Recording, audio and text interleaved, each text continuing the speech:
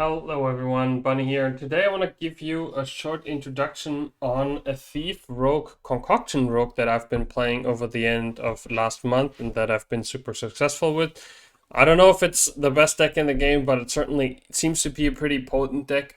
It's done really well for me. I got 62% win rate in top 25 legend over 170 games that I played at the end of last season. And if Thief Rogue is like a deck you enjoy, I think this is definitely an improvement on the normal Thief Rogue list. I can't guarantee it's better than Miracle Rogue, but to me it has been the one that has had the highest win rate. I'm going to give you a little bit of a rundown of what the deck is trying to do. Then I'm going to give you a mulligan guide for all relevant matchups. And then, of course, we're going to talk a little bit about tips and tricks and especially what to do with the ETC. So let's dive right into it, and we're gonna get into what the deck's trying to do first, because we have a little bit of different packages in here, and I kind of just want to elaborate a little bit. On the one hand, we have the COC package, which is the Concoctor, the Ghoulish Alchemist, the Potion Belt, and the Potion Master Putricide to give you a bunch more concoctions. With those, you have a bunch of different options. Concoctions, of course, can be draw, they can be destroy, they can be damage, they can be random creation, and all these cards have a little bit of different facets to it. So if you ever get to pick stuff, especially from the concoction belt, you actually get to discover too. There's a bunch of different options that we're gonna go into like what you can pick and stuff like this. The concoction package gives you a lot of flexibility in your game plan and how you want to structure your game and how you want to adapt to whatever your opponent's doing, or even to what your opponent is playing in terms of deck. The second part of the deck is the Thief Rogue package, where you have most predominantly you have Reconnaissance, which is like your best kind of Thief Rogue card, together with Contraband Stash, Test Greyman, and then of course the Jackpot Trickster kind of like simple combination. If you get a good spell from the Jackpot with the Trickster, like a box or any proactive spells, this can be very, very useful. Let's get into the mulligan guide, because that one can be quite different depending on what you're facing. But first I'm going to have a little bit of a look at the cards that we're going to keep against every single deck that we play against. The card that we keep against everything we play against is the Blackwater Cutlass, because it always lets us use your mana on one and be efficient with our mana usage. Then I like keeping the Concoctor. The card's like a little bit meh,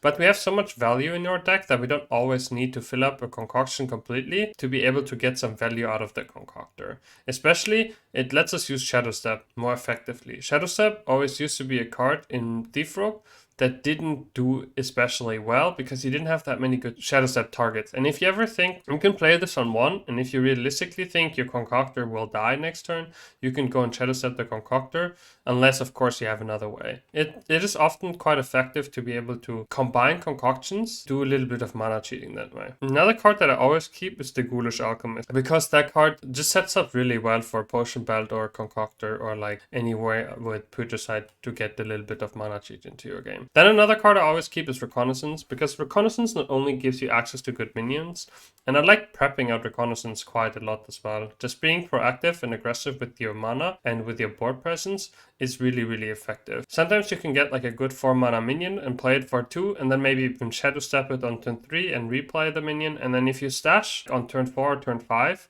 you're already getting 2 4 mana worth of minions for 5 mana, which can be really, really good, because Death Metal minions usually retain their value when being played. So I think this is one of the most key cards in your matchup. Let's get into a bit more of the mulligan guide that is dependent on what you might already be having in hand.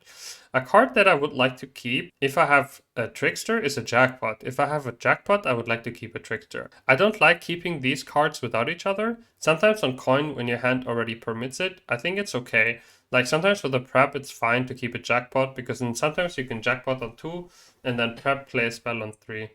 But that is only against decks that give you time. Against aggressive decks, you always mulligan away the Jackpot unless you have the Trickster. Because if you can't play a super proactive spell or like a super insane spell early on, the combination of these cards just isn't good enough. Against decks that you anticipate will give you time, Queen Azara is a really good keep. So decks like that are Druid, they're Warlock, against other rogues.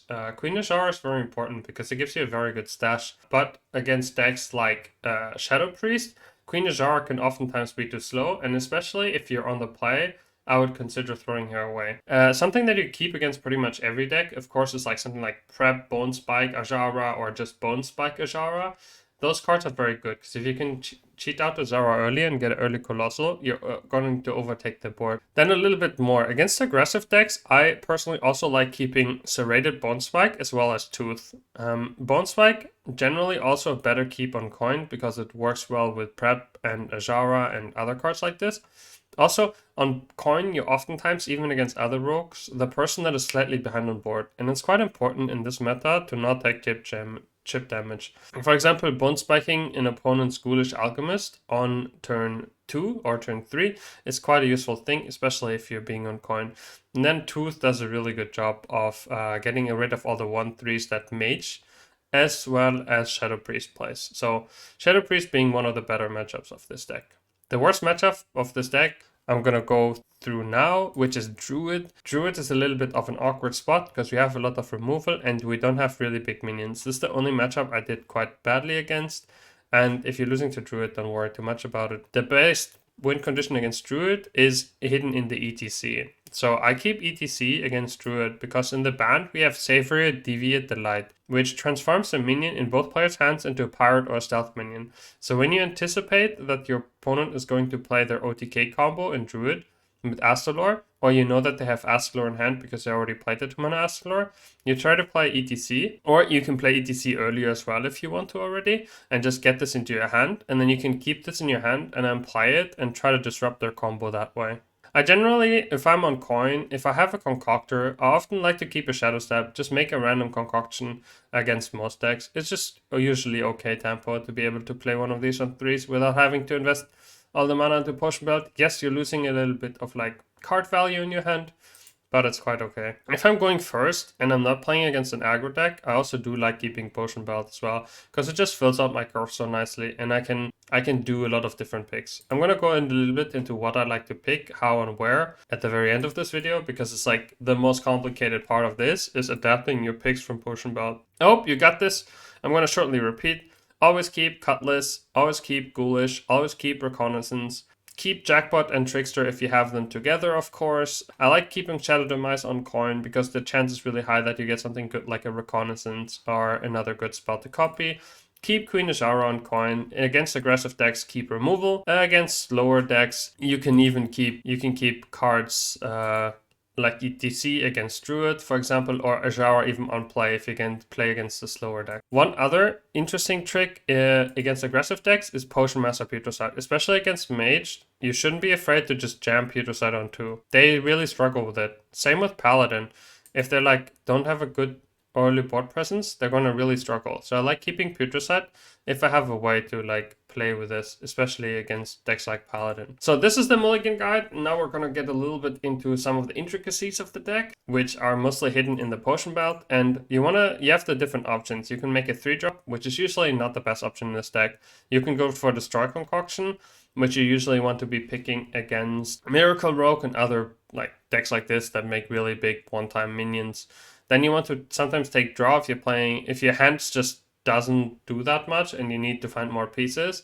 You do have hands where, for example, you have a Trickster and a Stash with like no minions to play of it. Then taking draw is quite useful. I like keeping like 1 draw and 1 random, or 1 draw, 1 destroy, something like this, depending on what my opponent is going for. Because a little bit of card draw is quite nice in this deck because you play so many low cost cards like Ghoulish Alchemist. I also like to just take random concoctions because they're fun. And then damage concoctions you basically just take against like some slower decks or like some mid-range decks where you already done. If you've done some damage, like taking double damage concoction and then playing Shadow Demise with it can be a lot of burn. And oftentimes you have so much value in hand you don't really care that much. But of course in the early game you want to have like Destroy, maybe deal 3 to a minion. But mostly card draw and random stuff is pretty good.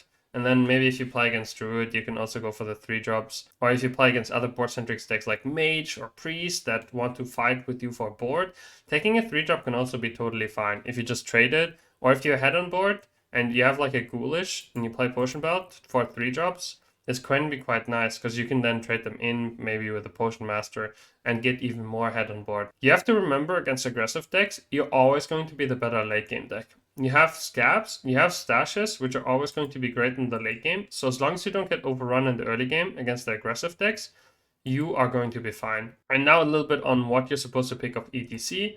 ETC doesn't really have a purpose in this deck against slow decks. Against slow decks, you want to just win with other cards. But against Miracle Rogue, you want to play the Acidic Swamp Ooze. Against aggro decks like Shadow Priest, and Mage specifically that burn you, you want to play the Sun Clergy. Against Paladin, that's an aggressive deck, but it doesn't win over burn damage, it wins over board. You don't want to pick the Clergy because it doesn't really help you. You need to win the board and then you win the game. Savory Delight can even be better because you can transform their Countess into another card. And against Warlock, of course, you take the Ooze to be able to deal with the Bump Warlock weapon. So those are the guides on the ETC. Those are a little bit on the guides on the deck. I have played like probably 50 hours, 40 hours of this deck on stream. So there's lots of content on the deck if you want to improve, if you want to see some decision making. If you're not really sure, just check out my videos on my Twitch channel. It'll be linked in the description below. If you have any questions, feel free to leave them as comments either here or just come directly to my stream. I'll be playing a little bit more of this deck over the coming days. Ask them in chat. I'll be happy to answer your questions. I hope that you will find some fun with this deck. I have lots of fun picking random concoctions, playing random cards and replaying more random cards and just kind of boxing my opponent and just trolling a little bit. And I've been trolling pretty successfully. I hope you guys can find some fun in that as well. And always remember that, of course, you're valuable and that you matter. And I hope you have a great day and I'll see you next time around.